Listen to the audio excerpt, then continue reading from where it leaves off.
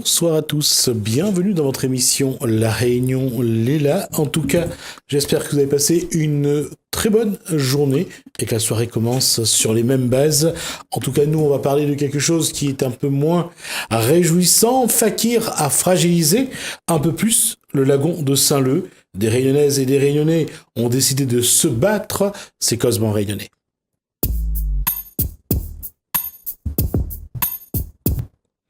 Bonsoir à tous. Alors, on va commencer par... on va essayer de retrouver d'abord les noms. Nicolas Zitt. Bonsoir. C'est la prochaine animatrice. Ensuite, Dominique Fruteau. Bonsoir. Bonsoir. Jean-Marc Razé. Bonsoir. Bonsoir. Et Claude Contentin. Bonsoir. Bonsoir. Je l'ai écrit dans l'ordre, c'est pour ça que je vais passer en dernier. Alors, juste, donc, c'est le collectif Sanout Lagon. Alors, à partir du moment où je lui donnerai la parole, c'est elle qui va parler. Nicolas Zitt, c'est à vous. Bonsoir Télécréole, bonsoir chers téléspectateurs et merci de nous accorder votre attention. Alors nous avons créé un collectif qui s'appelle Sanout Lagon. Il a été créé à Saint-Leu en mars 2018. Dans ce collectif, des personnes de tous les horizons se retrouvent. Alors vous avez des actifs, des retraités, des chômeurs, des médecins, enfin toutes sortes de personnes. Et le trait d'union entre toutes ces personnes, c'est le lagon de Saint-Leu en particulier. Nous sommes tous des usagers du lagon de Saint-Leu. Alors ce collectif, je tiens à le signaler, est totalement apolitique et il n'est pas une force d'opposition à la municipalité de Saint-Leu. Nous avons créé ce collectif qui repose sur une trentaine d'actifs et nous avons environ 1200 sympathisants. Donc nous avons créé ce collectif pour lancer un cri d'alarme parce que nous nous définissons avant tout comme des lanceurs d'alerte. Le lagon de Saint-Leu est à l'agonie. Et donc nous avons décidé de créer ce collectif pour informer la population d'abord, et puis pour tenter de trouver des solutions pour remédier à cette situation qui est dramatique, gravissime. Alors donc, si vous voulez bien, nous... Alors, je veux juste vous demander d'où vient ce constat. Comment avez-vous fait le constat que le lagon aujourd'hui est dans un mauvais état, Dominique Fruteau? Ou madame Oui. Claude Contentin. Oui, moi je veux bien parce que j'ai vu les coraux mourir. D'accord. Si vous voulez, en 2012, il y a eu des fortes pluies. Il y avait de très très beaux massifs de coraux dans lesquels c'était très très agréable, merveilleux de plonger parce qu'ils étaient toutes les couleurs avec des poissons de toutes les couleurs.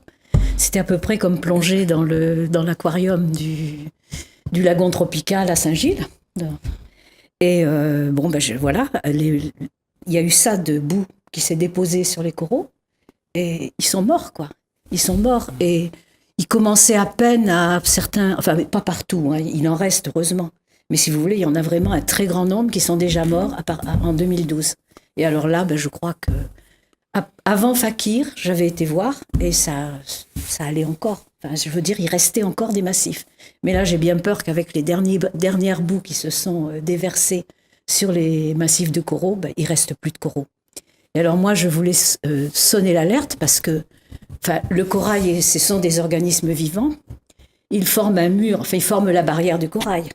Donc, des organismes vivants qui font un mur de protection. Si vous regardez la barrière et si vous regardez à quel point elle arrête la houle, quand il y a des fortes houles, on voit les gerbes d'eau. Donc, si cette barrière, et elle commence à être attaquée, la barrière de corail. Donc, je pense qu'il est urgent d'agir. En plus, si on nous dit que ça coûte cher, de faire ce qu'il faut pour pallier aux coulées de boue et à la pollution, imaginez qu'il faille construire une digue qui fasse la dimension de la barrière de corail. Elle descend à 25 mètres de profondeur, entre 25 et 20 mètres de profondeur, donc sur toute l'étendue tout le long du littoral, quoi. Donc voilà. Alors après, je ne sais pas quelles sont les solutions. Moi, je suis pas là pour donner des leçons. Je suis pas une spécialiste, hein. Mais je voudrais qu'on puisse se retrouver tous pour voir ce qu'il y a à faire. D'accord. Je reviens sur le constat. Donc, on a de la boue sur les coraux. Est-ce qu'il y a d'autres éléments agressifs pour les coraux, Dominique? Ah oui, il y a sûrement beaucoup d'autres éléments agressifs pour les coraux, hein. Il y a toutes les terres qui ont dévalé des pentes et qui sont avec toutes les eaux usées, toutes les eaux pluviales qui peuvent transporter du nitrate, du phosphate et autres, hein, et qui en tout cas abîment notre merveilleux patrimoine. Monsieur Jean-Marc Razé a quelque chose à ajouter. Oui, effectivement, toute personne qui traverse Saint-Leu n'est pas sans réagir aux fortes odeurs qui se dégagent de la route, qui se dégagent d'un peu partout.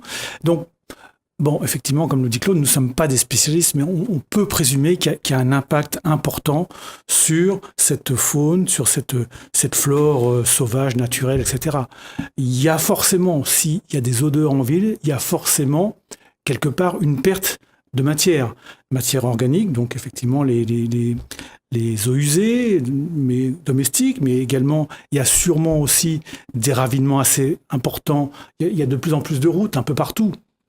Et effectivement, qui dit route dit voiture, qui dit voiture dit traces d'huile, de pétrole, etc. Et immanquablement, toutes ces eaux de pluie qui doivent forcément comporter des impuretés qui polluent le lagon. Alors effectivement, on pourrait se dire, mais ces eaux pluviales devraient être reprises pour être traitées. Et c'est ça la grande interrogation. On se demande, il y a pas vraiment d'informations claires et nettes sur pourquoi le réseau d'assainissement de Saint-Leu est toujours ou en panne, parce que ça sent mauvais, ou en panne ou défaillant, pourquoi ça casse, pourquoi on nous parle d'une station d'épuration à Bois-de-Nèfles. Bon, on ne sait pas vraiment s'il y a eu quelques problèmes dans les années passées, puisque cette station qui est toute neuve renvoyait ses eaux normalement à 300 mètres du littoral. Bon, elle a été cassée, est-ce qu'elle a été réparée, est-ce qu'elle fonctionne? Bon, il y a plein d'interrogations. Si vous voulez, j'ai pu voir sur un document de l'Office de l'eau que la station d'épuration de Saint-Leu ne convenait qu'à 60% du bassin d'habitants. Mais et quid des autres 40%? Où ils sont? Donc voilà, il y a plein d'interrogations qui nous font dire que c'est pas anodin, ces odeurs. Il y a forcément une incidence sur le vivant du lagon. Et forcément, incidence sur le vivant du lagon. À terme, ça sera une incidence économique sur toute l'activité de Saint-Leu. Je ne sais pas si vous pouvez vous rappeler de ce qu'était Saint-Leu il y a quelque temps. Il y avait donc le pavillon bleu, il y avait le sac qu'il faut, il y avait une animation culturelle, une animation naturelle. Et de plus en plus, on perd ça. Donc, pourquoi ? On est, comme dit Claude, en interrogation. Alors, vous êtes sur deux niveaux. Un, si on fait le bilan de ce que vous avez dit, vous avez parlé donc d'une urbanisation, oui, avec les voiries, vous avez parlé de l'agriculture, oui, avec le nitrate, il y a le phosphate, donc ce qu'on appelle, ça c'est plus les produits ménagers. Comment aujourd'hui trouver des réponses déjà dans la prévention? Parce que déjà, à ce niveau-là, il y a peut-être quelque chose à faire, veiller à ce que les gens soient un peu moins dans les produits nocifs, oui, soient un peu moins... lorsqu'on parle de voitures, un autre comportement pour veiller à ce que leurs produits de voiture n'aillent pas dans la nature et que l'eau de pluie ramène ensuite dans le lagon. Qu'est-ce que vous allez déjà, vous, essayer de proposer en matière de prévention, surtout dans les schémas de comportement et de fonctionnement des gens? Écoutez, déjà, on a rencontré d'autres associations qui font déjà des actions sur le terrain. On a rencontré l'association Piton Saint-Leu Lève la Tête, qui plante des arbres du côté de Kélonia pour permettre aux tortues de venir pondre. Donc, ce sont des actions qui font appel à la population. Juste au niveau de végétalisation, est-ce qu'aujourd'hui, il peut y avoir ces bambous qui filtrent le... Oui, mais c'est pas... Effectivement, il existe des plantes qui sont... qui épurent et le sol, et l'air, et l'eau, etc. Mais la bataille est perdue d'avance si on regarde bien la densité de construction, etc. Donc effectivement, on peut avoir des actions et demander aux gens d'être plus citoyens, d'acheter tel produit, mais ça va pas résoudre le problème du parking qui ne laisse pas filtrer l'eau, qui va pas, voilà, il y a plein d'autres choses qui sont plus liées à la densité. On est sur un constat, c'est que l'urbanisation est là aujourd'hui. Ça m'étonnerait que vous puissiez la changer. Non, nous sommes d'accord. Mais ce qu'on demande, c'est d'être au courant de ce qui se passe, de ce qui ne marche pas et pourquoi ça marche pas. Effectivement, on ne peut pas empêcher les gens d'habiter et heureusement qu'ils habitent. Mais si on veut qu'ils habitent longtemps, il faut qu'ils soient au courant de ce qui se passe. D'accord. Dans ce cas-là, je reviens à ça. Quelle démarche, vous, à votre niveau, vous allez pouvoir faire? Nous, on a demandé une entrevue avec la mairie. Bon, on a le regret de ne pas avoir été reçus. Peut-être n'avait-il pas le temps. On n'est pas désespérés. On espère qu'un jour... on n'a aucune, comme disait Nicolette, on n'a aucune intention agressive. Bon, ce que l'on voudrait, c'est qu'on puisse participer au débat, savoir justement ce que l'on peut mettre ensemble, ce que l'on peut mettre en place tous ensemble. Parce que je pense qu'il y a effectivement, il me semble, au niveau des eaux usées, etc. Moi, j'y connais rien, mais je pense qu'il y a un problème. Ensuite, au niveau des coulées de boue, parce qu'il y a des coulées de boue, il y a 2 marmailles qui sont morts quand même. C'était pas à Saint-Leu, mais c'était à Étang-Salé. C'était au Maniron, exactement. Donc, qu'est-ce que je veux dire? Les coulées de boue. Là, il s'est déversé mais des tonnes de boue dans le lagon. Moi, je suis allée marcher hier. On marche dans des flaques noires, on s'enfonce et puis ça fait, c'est tout noir tout autour. Le lagon, et qu'est-ce que je veux dire? On n'a pas pu aller se baigner. Moi, je participe, je fais de l'aquagym tous les jours dans le lagon. Bon, je voudrais pas que ma prof d'aquagym perde son travail parce on est tout un groupe et on serait vraiment très triste de perdre notre activité.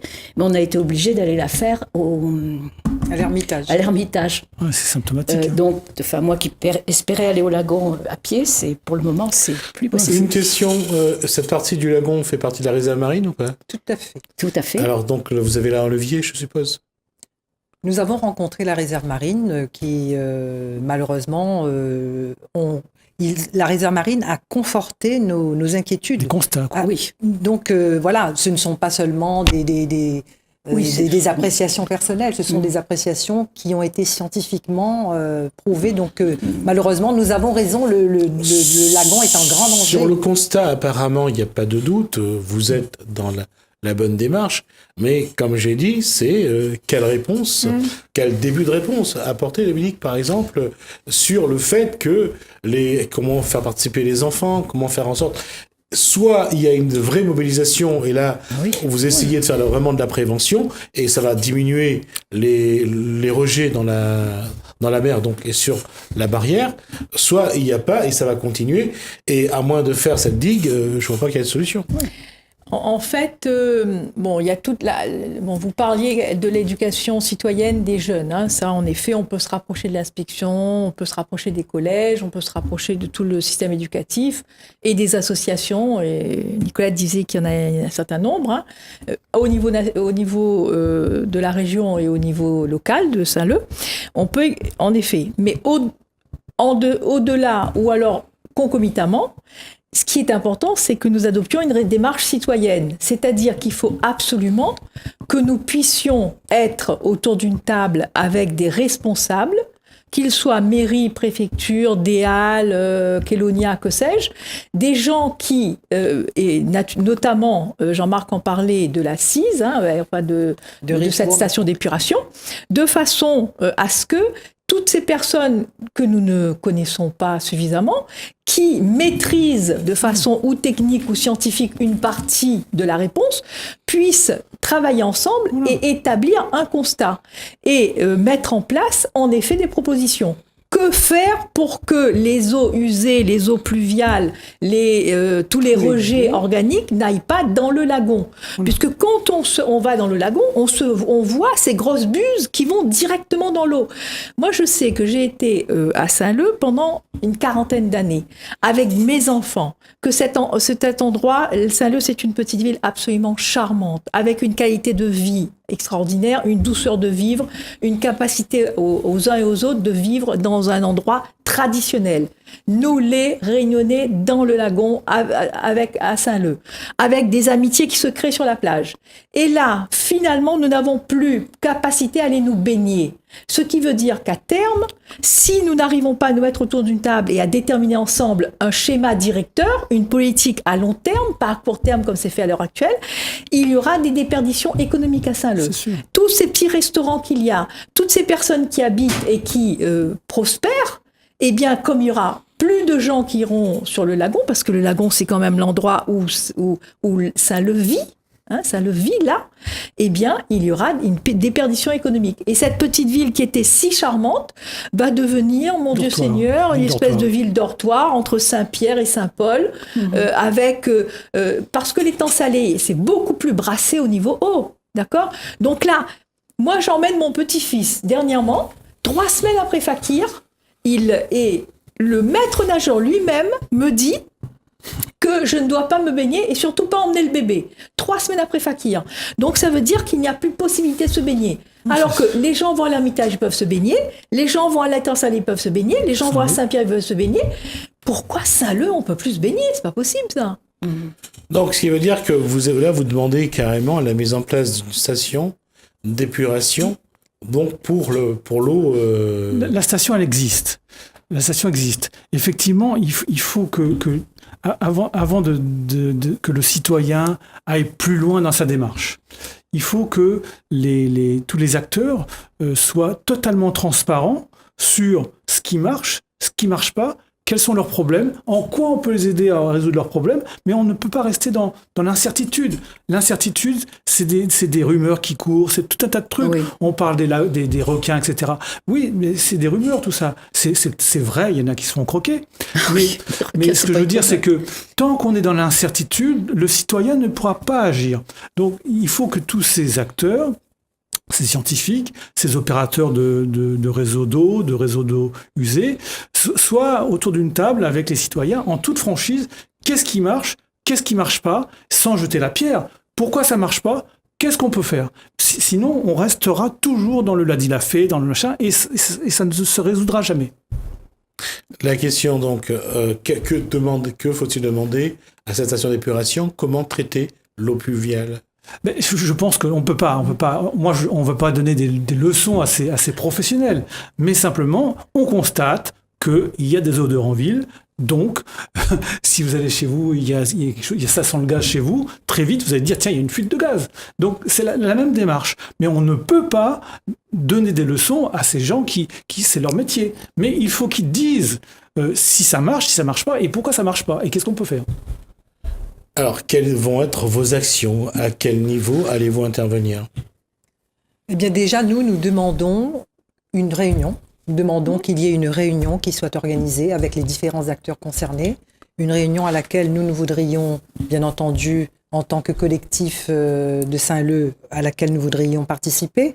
Nous voudrions qu'il y ait un constat qui soit fait, un constat avec la mairie, la DEAL, la Société de Richebourg, justement, la réserve marine, enfin tous les acteurs, les agriculteurs aussi, qu'il y ait un constat, comme dit Jean-Marc, en toute transparence, et qu'il y ait des mesures qui soient prises de manière collective, que chacun, effectivement, prenne sa part de responsabilité, et qu'il y ait un calendrier d'intervention qui soit proposé. Et nous voudrions participer à cette réunion afin d'être les lanceurs d'alerte vigilants, exigeants, parce que nous ne pouvons plus aujourd'hui accepter cette situation et ce constat.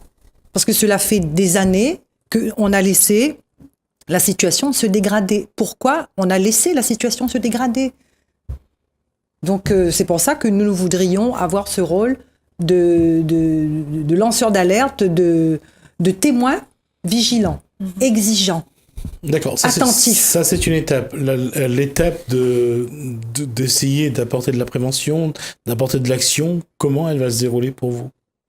Mais justement, comme je vous ai dit, c'était en faisant des actions avec les autres associations. Par exemple, on a déjà commencé des actions de nettoyage de la plage pour sensibiliser effectivement la population, parce que c'est vrai que on fait encore le constat de voir que dans les ravines, il y a des vieux pneus, enfin il y a diverses choses qui se retrouvent effectivement dans le lagon. Et donc on voudrait aussi associer la population à la prise de conscience de notre richesse, de notre patrimoine. Effectivement, chacun à son niveau peut faire quelque chose. Mais il y a des choses que nous ne pouvons pas faire, les citoyens, c'est prendre des arrêtés pour...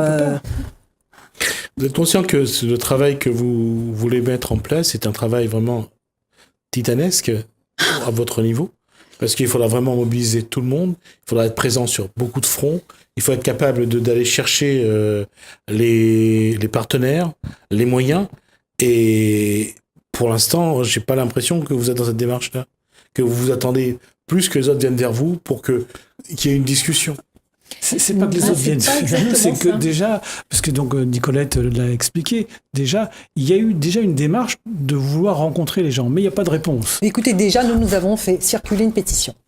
Donc cette pétition, aujourd'hui, elle a été signée par plus de 1200 personnes. Donc quand vous faites signer une pétition, ça veut dire que vous allez vers les gens, que vous discutez avec les gens. Moi, j'ai rencontré... personnellement plus de 300 personnes. Donc je vous assure, quand vous rencontrez 300 personnes, déjà c'est épuisant. Et puis forcément, on parle avec les gens, on les sensibilise, on écoute aussi leurs témoignages. Donc c'est une démarche, je ne pense pas qu'on est resté chez soi à attendre là, puisque cette pétition a circulé, donc on est allé à la rencontre de la population, déjà. Je dis pas que vous êtes attendu, je dis que le chantier qui vous attend est important. Et il ressemble un petit peu aux écuries d'Augias de Hercule. Non, mais comment pouvez-vous faire autrement? Parce que dans 5 mois, dans 5 mois, nous retombons dans la période cyclonique. Donc, dans 5 mois, si rien n'est fait, c'est rebelote. Donc, effectivement, oui, c'est titanesque, mais il faut se fixer des objectifs. C'est un travail à long terme, mais on ne pourra pas échapper à une réunion collective. Nous n'avons pas capacité, nous, dans notre approche citoyenne, d'œuvrer, comme vous le dites fort bien, sur tous les fronts. Donc, il s'agit plus de mettre en réseau des personnes qui ne le sont pas à l'heure actuelle et de demander à ces personnes d'avoir une capacité de transparence pour que nous, citoyens, nous soyons au courant.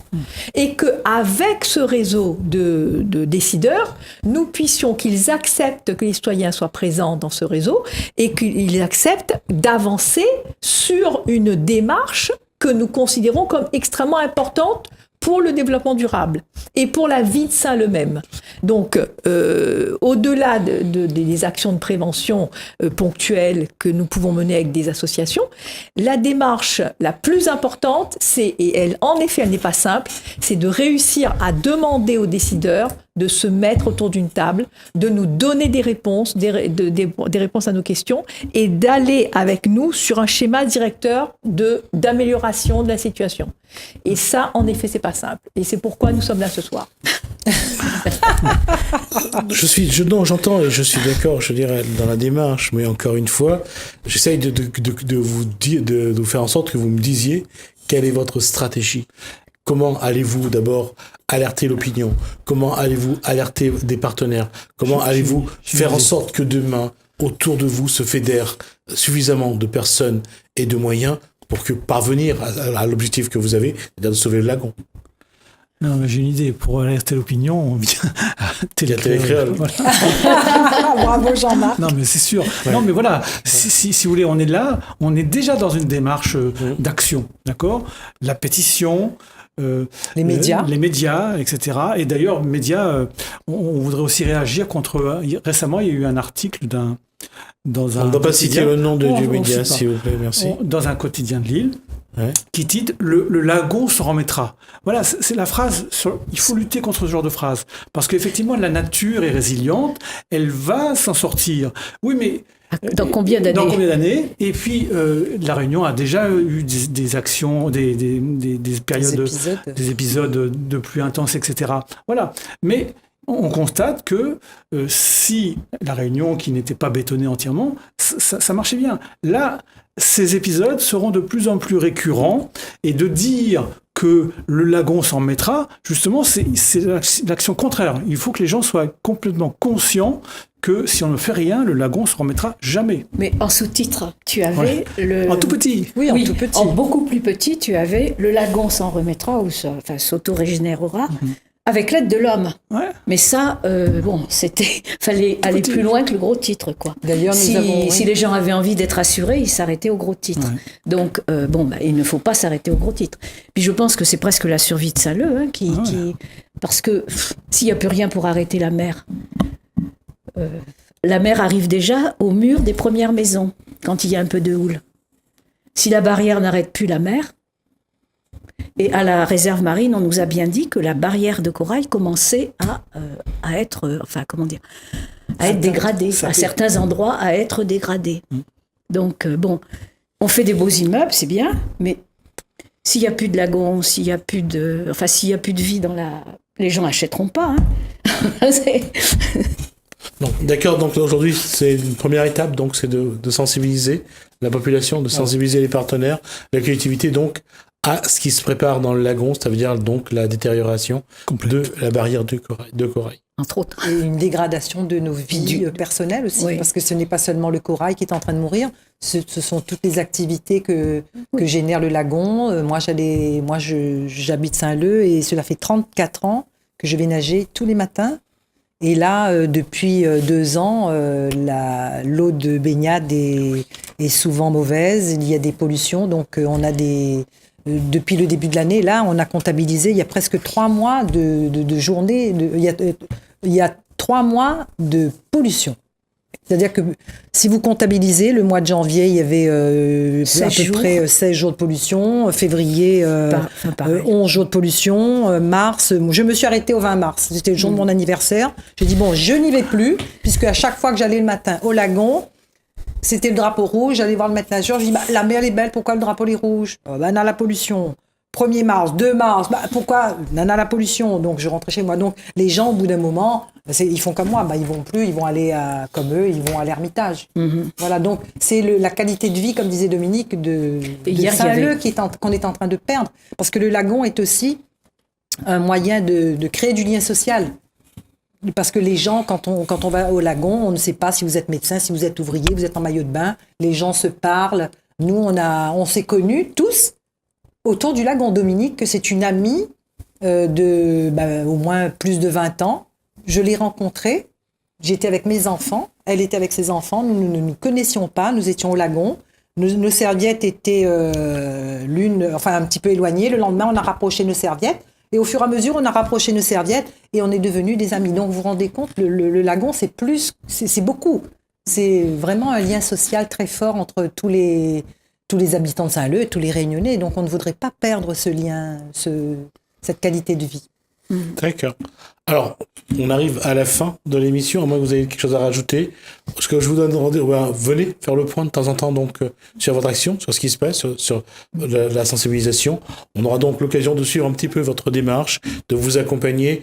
Et puis, comme a dit tout à l'heure Jean-Marc Razé, donc, on se servira de télécréole comme de porte-voix. Merci donc à Nicolette Zitt, merci à Dominique Fruteau, merci à Claude Contentin et merci à Jean-Marc Razé, donc le collectif Sanout-Lagon. On aura l'occasion d'y revenir. Pour l'instant, on va juste jeter un œil sur ce qui nous attend dans les communes.